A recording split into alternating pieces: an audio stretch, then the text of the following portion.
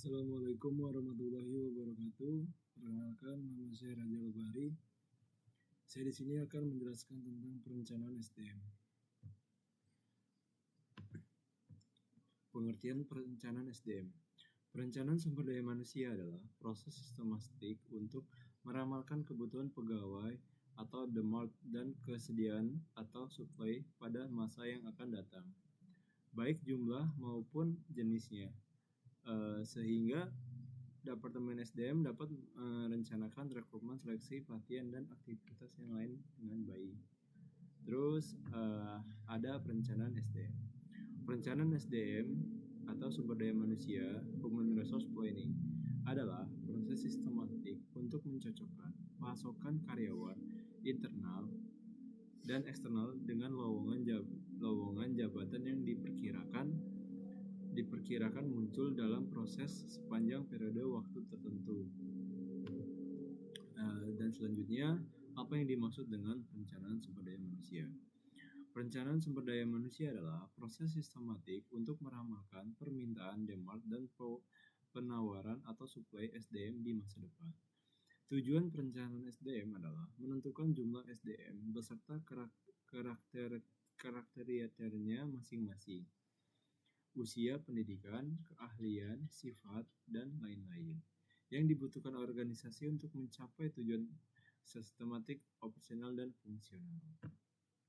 Selanjutnya, tujuan perencanaan sumber daya manusia. Memperbaiki manfaat sumber daya manusia. 2. Menyesuaikan aktivitas sumber daya manusia dan kebutuhan di masa depan secara efisien. 3. Meningkatkan efisien dalam menarik pegawai baru. 4. Melengkapi informasi sumber daya yang dapat membantu kegiatan sumber daya dan unit organisasi lain. Dan yang selanjutnya, langkah-langkah perencanaan SDM ada 5, yaitu 1. Analisis faktor-faktor penyebab perubahan sumber daya manusia. 2. Peramalan kebutuhan sumber daya manusia. 3. Penentuan kebutuhan SDM di masa yang akan datang. 4. Analisis ketersediaan atau supply SDM dan kemampuan. 5. Menentukan dan implementasi program. Selanjutnya saya akan menjelaskan tentang peramalan kebutuhan. Apa sih yang dimaksud dengan peramal kebutuhan? Peramalan kebutuhan atau requirement forecast adalah aktivitas penentuan jumlah, keterampilan, dan lokasi karyawan yang akan dibutuhkan organisasi di masa yang mendatang dalam rangka pencapaian tujuan-tujuannya. Peramalan tersebut mencerminkan sebagai faktor-faktor seperti perencanaan produksi dan perubahan produktivitas. Peramalan kebutuhan akan menentukan besarnya permintaan akan SDM, the demand for human resource. Selanjutnya, penyebab permintaan SDM yaitu terjadi karena faktor eksternal, yaitu ekonomi, sosial politik, hukum, teknologi, pesaing. Selanjutnya, penyebab permintaan SDM, faktor organisasional, rencana statistik, anggaran, ramalan penjualan dan produksi, perusahaan baru, desain organisasi dan jabatan. Selanjutnya, permintaan sumber daya manusia yaitu faktor angkatan kerja terdiri dari pensiun, pengunduran diri, pemberhentian, kematian, dan yang terakhir kemangkiran. Selanjutnya saya akan menjelaskan tentang peramalan kesediaan. Ada 2, yaitu peramalan kesediaan atau availability forecast, yaitu adalah aktivitas untuk memperkirakan kemampuan perusahaan untuk mendapatkan karyawan-karyawan dengan keterampilan yang dibutuhkan dan dari mana sumbernya. Dalam rangka meramalkan kesediaan penawaran SDM, manajer sumber daya manusia mengamati sumber-sumber internal para karyawan yang dipekerjakan saat ini dan sumber-sumber eksternal pasar tenaga kerja. Selanjutnya saya akan menjelaskan tentang peramalan kebutuhan sumber daya manusia. Teknik-teknik peramalan kebutuhan yaitu: yang pertama, ramalan para ahli expert forecast atau judgment technique. Dan yang kedua, analisis kecenderungan atau trend analysis, budget and planning analysis, new venture analysis, computer analysis, dan yang terakhir, contextual analysis. Saya akan menjelaskan tentang ramalan para ahli, yaitu nominal doubt technical atau disebut dengan NGT, yaitu menghadirkan 5 sampai 10 orang ahli dan ditanyakan penyebab perubahan kebutuhan pegawai di masa yang akan datang. Hasilnya didiskusikan secara bersama-sama. Faktor di ranking atau diurutkan dari yang paling penting. Dan yang kedua, definisi teknik, yaitu bila para ahli tidak dapat didiskusi secara bersama. Perencanaan SDM diminta pendapat masing-masing ahli. Kemudian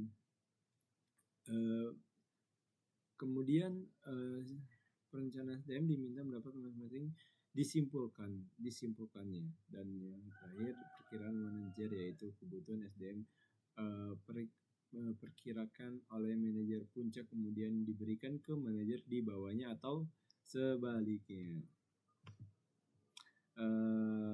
Di sini saya selanjutnya akan menjelaskan tentang analisis kecenderungan.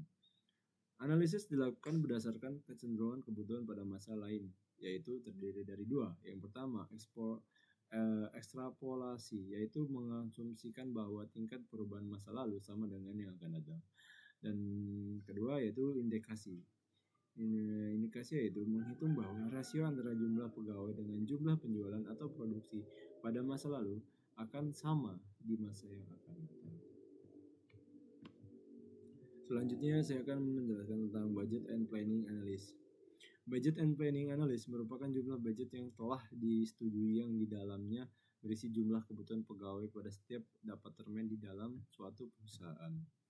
Dan selanjutnya new venture analysis. New venture analysis yaitu menghitung jumlah tenaga kerja yang dibutuhkan dengan membandingkan dengan pembukaan usaha baru yang pernah dilakukan perusahaan lain. Dan selanjutnya komputer analis. Komputer analis yaitu suatu program perhitungan yang dilakukan oleh komputer melalui rumus matematika, rasio-rasio atau indikasi dan transpolasi secara bersama. Penentuan kebutuhan SDM di masa yang akan datang. Penentuan kebutuhan SDM pada masa depan meliputi jumlah dan kemampuan yang dimiliki baik untuk jangka pendek maupun jangka panjang. Dan di sini ada ada tabel-tabelnya yang dimulai dari nama jabatan dan ada bagiannya sampai jumlah. Dan selanjutnya saya akan menjelaskan analisis ketersediaan suplai SDM dan kemampuan perusahaan.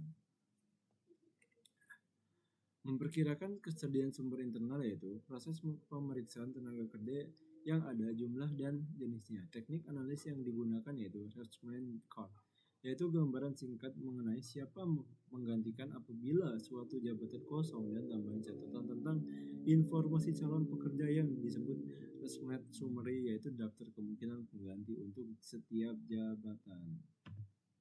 Di sini ada tabel yang dimulai dari manajer bagian pakaian pria, manajer bagian pakaian wanita, dan seterusnya. Dan di sini saya akan menjelaskan tentang estimate summary yang isinya adalah pemegang jabatan.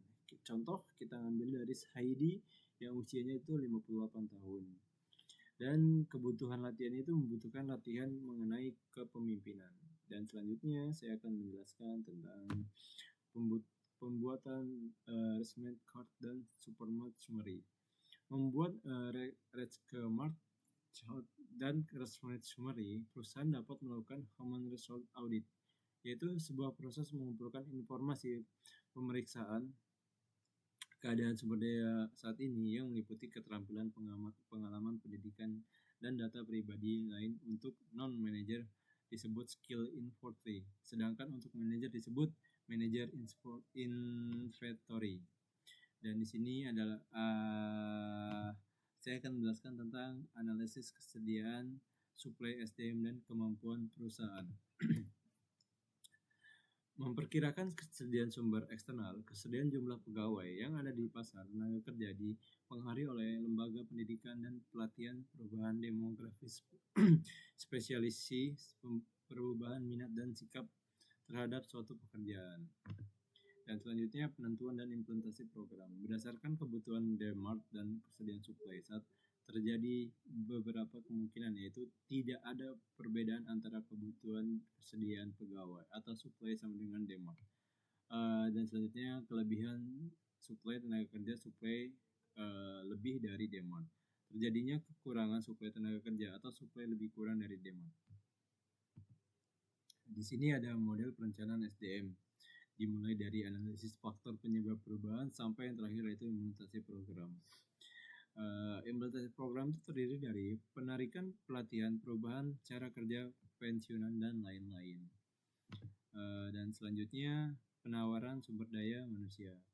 Estimasi penawaran internal audit SDM perencanaan suksesi bagian pergantian. Dan selanjutnya estimasi penawaran eksternal terdiri dari kebutuhan eksternal, analisis pasar tenaga kerja, sikap masyarakat, demografi.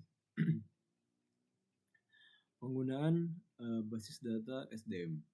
Banyak karyawan yang dibutuhkan untuk posisi-posisi masa depan di suatu perusahaan kemungkinan sudah bekerja di perusahaan itu sendiri. Jika perusahaan disebut kecil, manajemen mungkin mengenali seluruh karyawan dengan cukup baik guna mencocokkan keterampilan dan aspirasi mereka dengan kebutuhan perusahaan.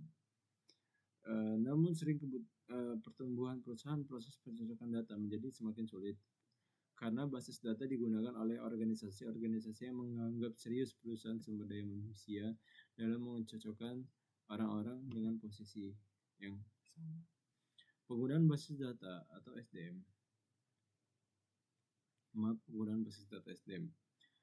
Kemajuan teknologi telah menciptakan cara-cara pengelolaan dan menganalisis informasi basis data. Saat ini mencakup informasi mengenai seluruh karyawan, manajer, dan non-manajer. Sebelum dirasa perlu mencari sumber-sumber eksternal, perusahaan dapat menggunakan basis data disebut untuk meneliti dalam perusahaan itu sendiri, guna meliputi keberadaan para karyawan dengan kualifikasi yang dibutuhkan. Tren yang meningkat adalah perusahaan secara otomatis memberitahukan adalah posisi-posisi baru pada karyawan memenuhi syarat. Informasi dalam basis data SDM, yaitu meliputi dari riwayat dan pengalaman kerja, keterampilan dan pengetahuan khusus, lisensi atau sertifikat yang dimiliki, pelatihan yang telah diselesaikan dalam organisasi, latar belakang pendidikan, hasil penilaian kerja terdahulu, penilaian atas kekuatan dan kelemahan, kebutuhan pengembangan, potensi promosi saat ini dan dagang pembangunan lebih lanjut, kinerja jabatan saat ini, bidang spesialisasi, referensi jabatan, referensi geografis, sasaran dan aspirasi karir, perkiraan tanggal pensiun, riwayat pribadi termasuk penilaian psikologis. Dan selanjutnya alternatif tindakan jika diramalkan defisit kekurangan karyawan, yaitu terdiri dari rekrutmen kreatif. Pendekatan-pendekatan baru untuk merekrut organisasi mungkin harus memperkuat di wilayah-wilayah geografis yang berbeda dibandingkan pada masa lalu, mengenai metode-metode baru dan mencari tipe-tipe kandidat yang berbeda. Dan yang kedua, insentif kompensasi. Karena persaingan yang ketat dalam mendapatkan karyawan pada situasi permintaan tinggi, perusahaan harus meningkatkan insentif kompensasi.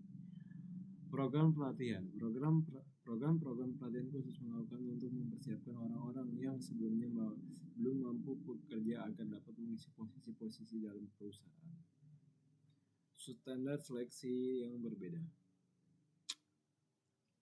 Merendahkan standar-standar karyawan agar cukup banyak orang bersedia untuk mengisi jabatan-jabatannya. Dan yang selanjutnya, alternatif tindakan jika diramalkan surplus kelebihan karyawan, yaitu terdiri dari ada 4, dimulai dari penarikan terbatas, mengurangi angkatan kerja dengan tidak mengganti para karyawan yang keluar.